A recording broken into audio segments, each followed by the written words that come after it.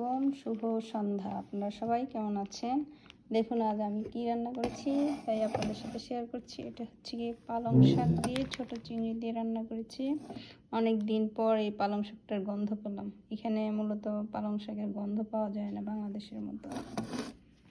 আর ওইটা হচ্ছে গিয়ে করলা, বেল পেপার আর এক মাছ দিয়েছি ভেজে, এটা দিয়ে একটা ভর্তা বানিয়েছি।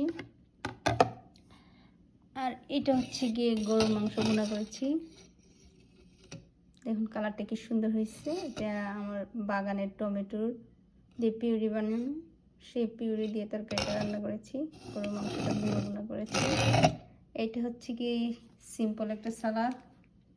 আর এটাও আমার বাগানের চেরি টমেটোর ডাল রান্না করেছি। তাহলে বলুন আজ আমাদের খাবারটা কেমন হয়েছে সবাই? আলহামদুলিল্লাহ। যাই হোক, যেটাই হোক, আলহামদুলিল্লাহ। সবাই ভালো থাকুন, সুস্থ থাকুন। আল্লাহ হাফেজ।